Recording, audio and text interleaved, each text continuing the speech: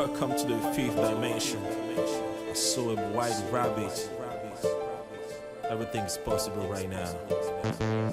Yeah.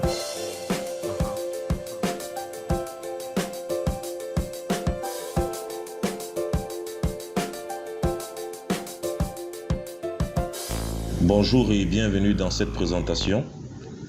Nous allons voir aujourd'hui comment alimenter un contrôle listbox sans passer par la méthode raw source. Il sera question pour nous de récupérer les données à l'intérieur de cette feuille de calcul que nous avons renommée BD et afficher ces données à l'intérieur d'une listbox. Nous allons aller directement dans Visual Basic. On est dans l'onglet développeur.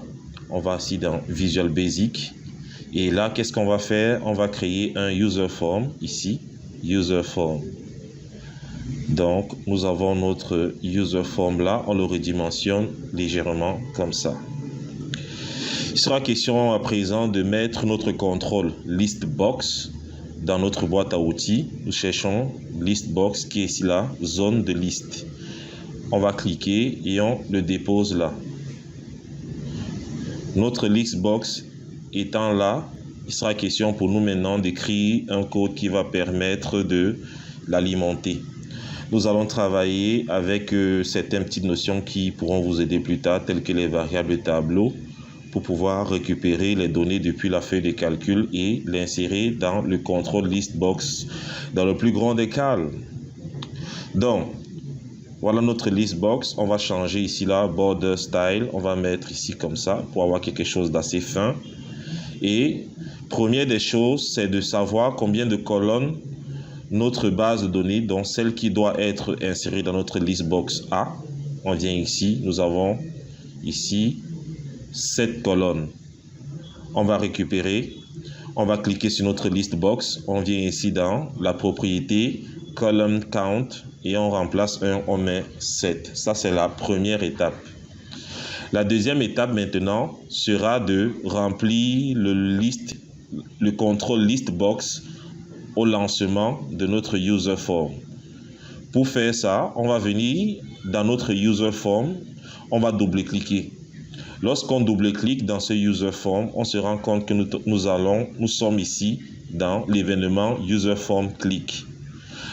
Nous allons venir ici, on va dérouler, on va chercher l'événement initialize là. Une fois initialize étant fait, on peut fermer, on peut supprimer le code ici.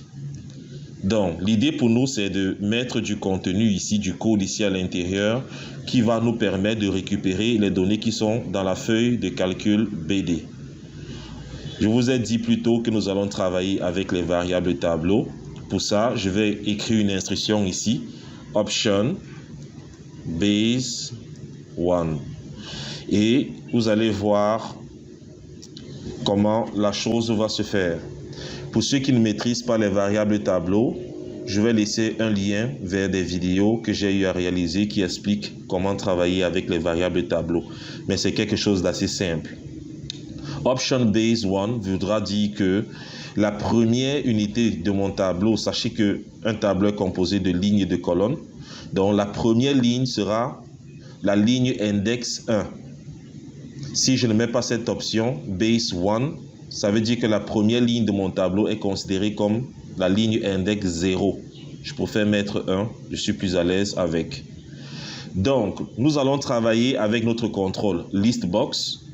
Et on va récupérer les données qui sont situées dans une feuille de calcul.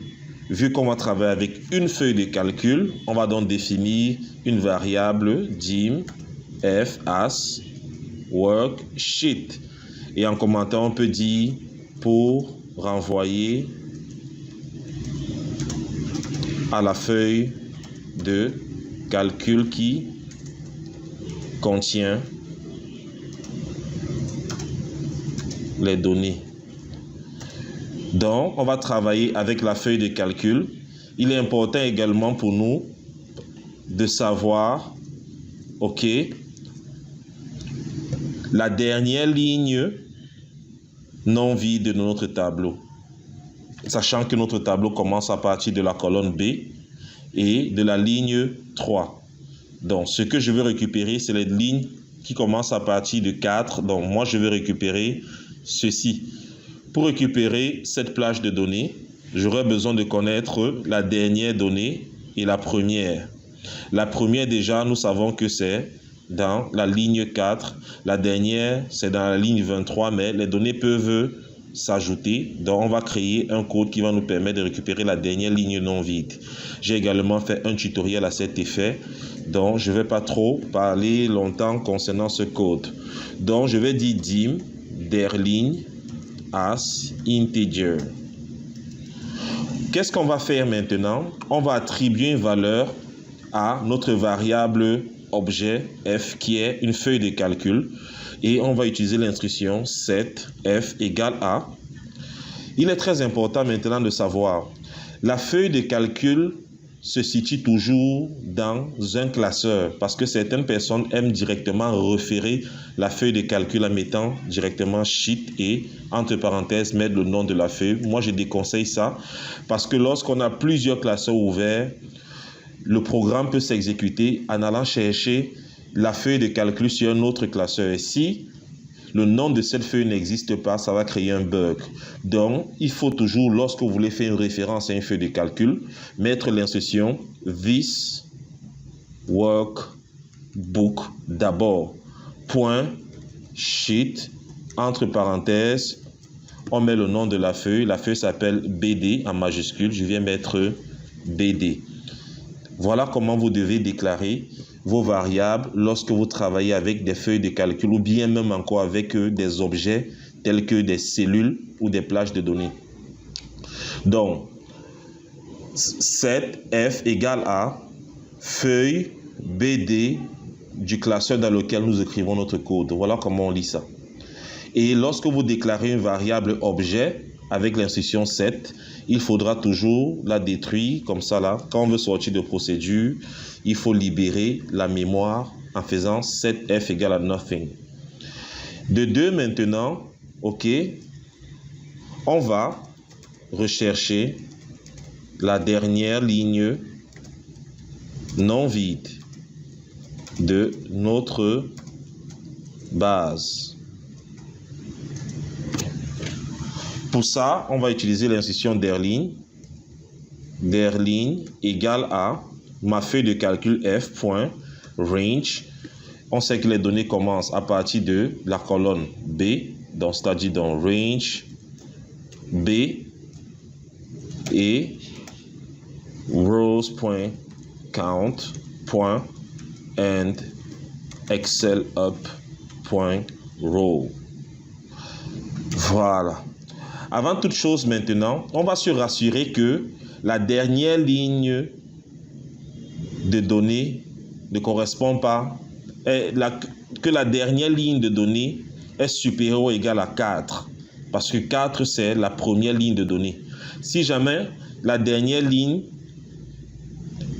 n'est pas supérieure ou égale à 4, alors ça veut dire qu'il n'y a aucune donnée à l'intérieur de notre base. Donc, faisons cette condition.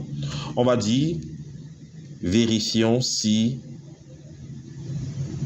notre base contient des données avec if derline est égal à 4 parce qu'ici la 4 c'est la première ligne de données, then si est inférieur à 3 plutôt, est inférieur à 4, autant pour moi, inférieur. Donc si jamais c'est inférieur à 4, ça veut dire qu'il n'y a aucune donnée ici. D'accord? Donc on va faire ici la 1, and if. S'il n'y a aucune donnée, ça ne sert à rien de remplir la list box, il faut sortir de la procédure. Et si on sort de la procédure, on va d'abord faire ça. On détruit d'abord cette variable, après on fait un exit sub. OK? Dans le cas maintenant où cette condition n'est pas vraie, le code va continuer à fonctionner. Le code va continuer à fonctionner. Qu'est-ce qu'on va faire? On va stocker les éléments de notre base à l'intérieur d'une variable tableau. Donc, je vais venir ici plus en haut. Je vais définir ma variable tableau. Dim tableau, j'ouvre et je ferme les parenthèses. Un tableau a un certain nombre de lignes qu'on va appeler compteur. Donc, compteur as integer. Le nombre de lignes va être égal à der ligne, ok, moins quoi? Moins la première ligne de données ici, là. Donc, on aura 23 moins 4 plus 1. Parce que quand je regarde là, nous avons 20 éléments. Donc, on aura la dernière ligne moins 3 pour avoir 20 éléments. Donc, compteur, on va dire, en recherchant le nombre de lignes de données de notre base. Pour ça, on va dire compteur égale à der ligne moins 3.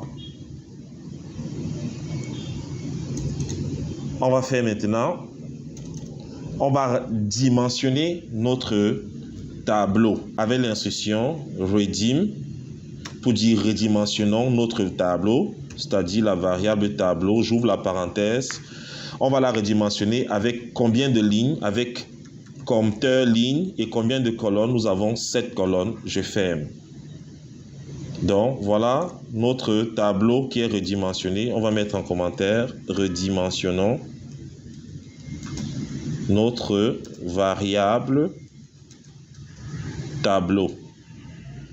Une fois fait, on va venir faire une boucle dans les données qui se trouvent ici. Donc on va faire une boucle sur les lignes, sur compteur ligne et sur le nombre de colonnes. Pour ça, je définis donc deux variables, dim ligne as integer et dim colonne as integer. Comme ça. Donc, je fais ma boucle. On va dire donc, bouclons sur les éléments de la base afin d'alimenter la variable tableau. On va donc dire pour ligne allant de 1 à compteur next ligne. Ensuite, pour colonne allant de 1, nous avons ici 7 colonnes. Next colonne. Tableau ligne virgule colonne va être égal à F, parce qu'on se trouve dans cette feuille de calcul, point cells ligne, regardons, quand ligne va être égale à 1 ici, la donnée entre à la ligne numéro 4, donc on aura 1 plus 3, donc ligne plus 3, et colonne, quand colonne est égale à 1, notre colonne ici commence à partir de B, qui est index 1, 2. Donc, quand colonne est égale à 1, on a celle ligne et colonne plus 1. Donc, on va mettre ici colonne plus 1. Et je ferme la parenthèse, je fais un point value. Ce groupe-ci me permet donc d'alimenter notre variable tableau. Une fois les données quittées de la feuille de calcul à notre variable tableau effectuée, nous allons transférer les données du tableau à l'intérieur de la list box. Donc on va dire transférons les données du tableau vers la list box. Pour faire ça, c'est simple, c'est une seule ligne de code. Il s'agit de quelle list box ici? C'est listbox 1, c'est la seule de toute façon. Donc, mi.listbox1.list égale à tableau. Et c'est tout. Si on n'a pas fait d'erreur, lorsqu'on lance le programme, nous aurons ceci. Quand on lance, vous voyez, les données ont été enregistrées dans notre list box. Nous allons continuer donc une prochaine fois, toujours avec le contrôle listbox, comment modifier des données à l'intérieur d'une listbox ou bien comment transférer les données depuis les textbox vers des listbox. Si vous avez un souci, laissez un commentaire. N'oubliez pas de partager, de vous abonner pour recevoir de nouveaux tutoriels. Voilà, c'est Nebula 7. Bienvenue dans la 5e dimension. Joji Melvin. Yeah. Welcome to the 5th dimension.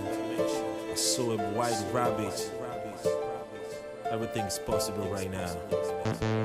Yeah.